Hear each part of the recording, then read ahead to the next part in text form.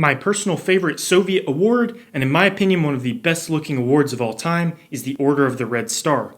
It is striking in its simplicity and instantly recognizable. Today we are going to be discussing the history and features of this award. The order was instituted on April 6, 1930. It was first awarded in September of the same year to Vasily Blucher. The official requirement for earning the award is as follows.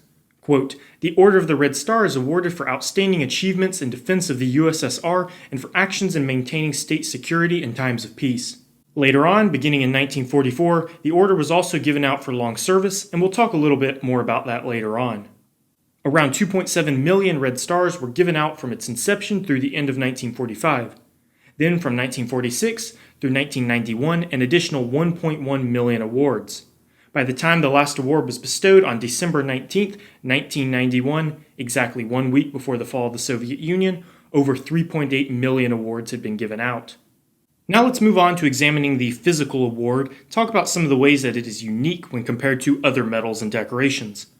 First of all, it is made from sterling silver. I can't think of another award issued in the amounts that this was that has actual material value. Contrary to what you might think, the Soviet Union used precious metals like gold, silver, and platinum in the majority of their orders and quite a few of their medals. Now the inside of the star has been filled with red enamel, and it's not uncommon for this enamel to have chips or cracks, because these were often worn in combat and on a regular, everyday basis. In the center is a medallion that features a Soviet soldier with rifle and fixed bayonet. Around him, the state motto of the Soviet Union, Workers of the World Unite. Now let's flip over the medal and take a look at the back. So you can see that these used a screwback as the method of attachment. This screwback right here is the wartime version, and this one is post-war. You can see that the wartime version has dimples on both sides, and again, because these were worn often for many years after the war at veterans events and on patriotic holidays, it is very common for wartime awards to have a replacement post-war screwback added at some point. It is also common for the screw itself to have been shortened for more comfortable wearing. Unlike most awards, collectors don't generally care too much about these modifications.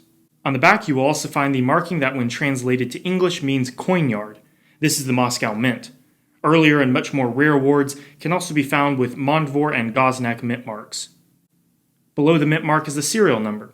Every Red Star that was actually issued was engraved with a serial number that tied it to a specific person.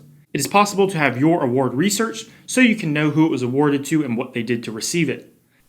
Now, I did have research done on my wartime Red Star. It was awarded to Lieutenant Colonel Viktor Timofeyev, who served in the 30th Railway Brigade. Timofeyev originally joined the Red Army during the Russian Civil War and was active from 1919 through 1922. He joined up again in 1932. Interestingly enough, the Red Star I owned was his third. It was quite uncommon to receive the award this many times. The vast majority of awards given out from 1946 through 1955 are of the long service variety. A soldier would receive a Red Star upon completion of 15 years of service.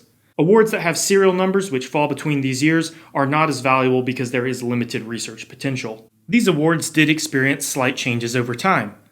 On the left is my wartime 1945 era Red Star, and on the right is a post-war version. But the most noticeable changes are on the back. You can see that the mint mark is slightly different, as is the texture of the metal. There are people who have gone through and categorized the awards according to all of these small changes that occurred over time, and like everything else, you can find links to this in the description. Anyways, that's all I have for today. I hope you enjoyed this video on my favorite Soviet award. If you did, please consider subscribing to see more videos on Militaria. Thank you.